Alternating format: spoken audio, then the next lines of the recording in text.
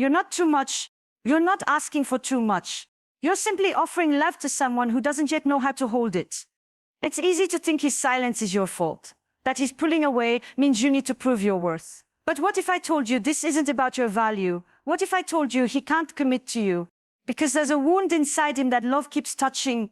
We're going to talk about what that wound is, why it makes real intimacy terrifying, and what you must remember when loving someone who hasn't healed. He doesn't fear love, he fears what love awakens. It's a subtle difference, but it changes everything. Because the moment love feels real, the moment it begins to ask something deeper from him, to show up, to open up, to stay, something inside him tightens. Love for him is not a safe space. It's a trigger. And that trigger lives in a wound he's never faced. Not because he doesn't want to, but because for so long survival meant keeping it buried. So when you get close, really close, it's not your affection that scares him. It's what it brings to the surface. It's not you asking for intimacy. It's the emotional nakedness intimacy requires. And that kind of closeness, it exposes everything he spent years covering up: the fear of rejection, the pain of abandonment, the shame of not feeling enough. And these feelings don't rise gently. They come with heat, confusion, tension, like an alarm system going off inside him, warning him that closeness equals danger. This is the part no one tells you about. That sometimes love doesn't just warm people, it confronts them. Love says, I see you, all of you. And for a person who's built their identity around not being seen, that feels invasive. It feels like a threat, not an invitation. So he retreats. Not because he's cruel or indifferent, but because his nervous system associates love with loss. And no matter how safe you make yourself, if his emotional history is louder than your presence, he'll pull away again and again. You might think, if I'm patient enough, he'll stay. If I love him deeply enough, he'll trust me. But that's not how healing works. He has to face the wound, not avoid it. He has to want to unlearn what love once meant. He has to meet himself in the places he keeps hidden. Until then, love will always feel like pressure. Commitment will feel like surrendering control. And you, despite all your efforts, will feel like too much, when in reality you were simply asking for connection he's not yet ready to give. You can't teach him that love is safe if his own heart hasn't decided it is. Until he heals, love will keep touching the parts of him he's trying not to feel. And every time you get close, he won't feel grateful, he'll feel exposed. That's the tragedy, because you're not the problem. You're not the cause, you're the mirror. And until he's willing to see what's reflected back, he'll keep turning away, not from you, but from the parts of himself that are still in pain. You can love him with everything you have. You can show up consistently, speak gently, hold him when he's quiet, and stay when others would have left. But if his emotional wounds are still raw, if his past is still dictating his present, your love won't register the way you intend. Instead of feeling safe in your presence, he feels activated. Instead of recognizing your loyalty, he suspects your motives, because his past isn't just behind him, it's still inside him. And when someone hasn't made peace with their past, they recreate it. You begin to notice that his reactions don't always match your actions. You say something harmless and he withdraws. You express a need and he becomes defensive. You ask where you stand and suddenly he needs space. It feels confusing at first. You wonder, what did I do? But often it's not what you did. It's who you unknowingly remind him of. Maybe a parent who was emotionally unavailable, maybe an ex who manipulated love, maybe an early experience that taught him closeness leads to pain. His nervous system remembers, even if his mind doesn't. He might not even be fully aware of it. That's what makes it so hard. You're not arguing with logic, you're dancing with history, and that history lives in the tone of his voice when you get too close, in the way he avoids certain conversations, in how he changes the subject when you ask about the future. You feel it. You just can't always explain it. So many women stay in these relationships hoping their love will be enough to rewrite the story. And sometimes love can be a healing force, but not when it's one-sided. Not when you're the only one doing the emotional labor. Not when your presence is mistaken for pressure because he hasn't yet sorted through what love meant to him before you arrived. And here's the hardest part. He may truly care for you. He might even say all the right things. I've never felt this way before. You're everything I want, I'm just scared. And he means it, but words aren't enough to silence the echo of old wounds. Until he turns inward and makes the decision to confront the past, he'll always carry it into his future relationships, including yours. So you find yourself in a dynamic where you're constantly reassuring, proving, accommodating, and still left feeling like it's not enough. That's not because you're failing, that's because his past is louder than your love. And until he turns down the volume on that history, until he chooses to hear you instead of the voices of his past, you'll always feel like you're fighting a ghost. Not a person. Not a person, not a relationship, but a memory that keeps replaying in the space between you. To someone who hasn't done the work of emotional healing, intimacy isn't soothing, it's threatening. It doesn't feel like a soft landing. It feels like exposure. And when you've spent your life hiding parts of yourself, building walls instead of bridges, the act of being truly seen isn't comforting. It's terrifying. This is the paradox. He may crave connection, miss you when you're gone, feel drawn to your warmth, but the moment you get too close, something in him resists. He pulls back, not because he wants to lose you, but because being known feels dangerous. Vulnerability to the unhealed doesn't signal closeness. It signals risk. And so instead of relaxing into love, he braces himself against it. You might not even understand why he does this.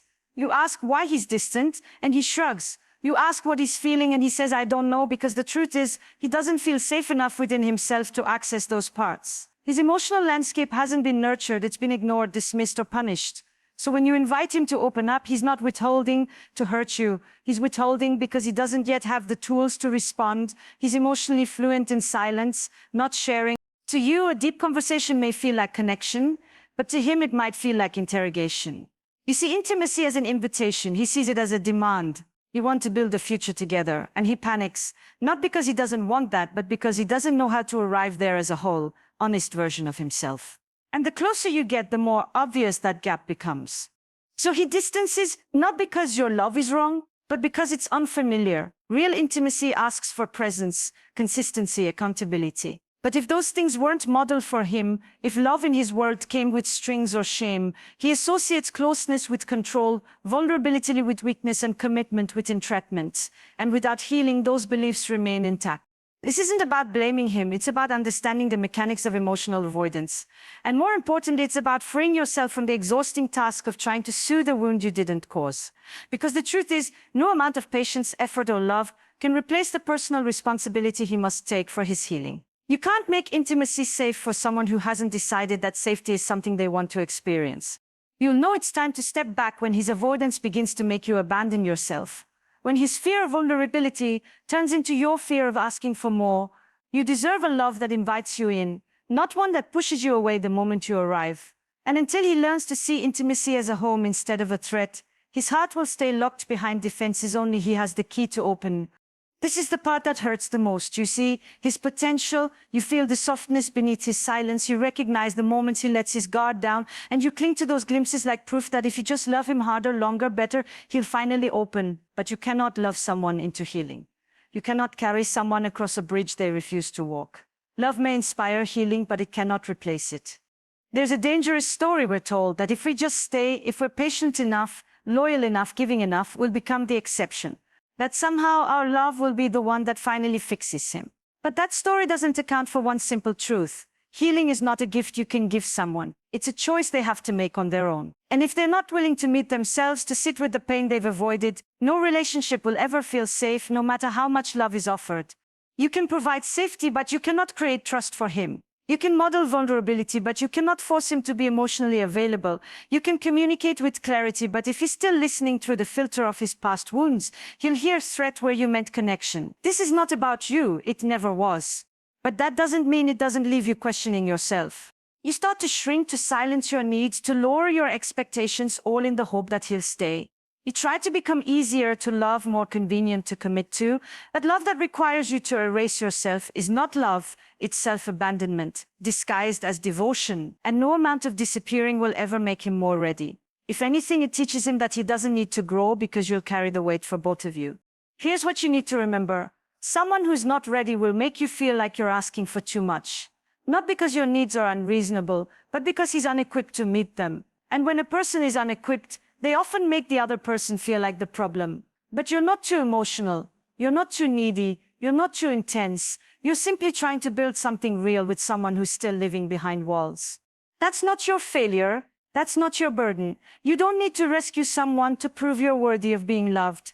You don't need to fix him to justify staying. Sometimes the most loving thing you can do for both of you is to walk away, not in anger but in truth. Because until he decides to face the parts of himself he's been running from, He will continue to sabotage every chance at real intimacy, and your love, no matter how pure, cannot do the healing work for him.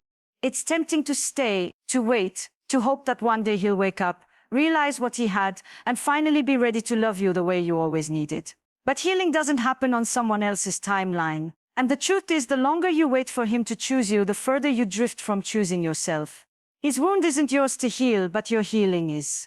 And that begins the moment you stop making his unreadiness a reflection of your worth. You've spent so much energy trying to be patient, understanding, calm in the face of his confusion. You've rationalized his distance, excused his inconsistency, and told yourself that maybe he just needs more time. But time alone doesn't create change. A person doesn't grow simply because you're willing to wait. They grow when they're willing to face themselves, when they decide that who they are today is not who they want to remain. While you've been hoping he'll turn toward you, have you noticed how far you've turned away from yourself? How quiet your voice has become? How hard you work to avoid conflict? How carefully you measure your needs? How often you talk yourself out of asking for more? That isn't love. That's emotional survival, and no relationship should require you to abandon your truths to keep someone close. It's not your job to be the healer, the therapist, the emotional shock absorber. You are allowed to be met where you are. You are allowed to want reciprocity.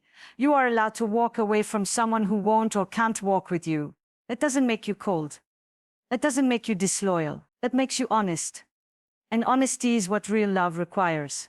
You may fear that letting go means giving up, but there's a quiet kind of courage in choosing yourself after so long trying to be chosen.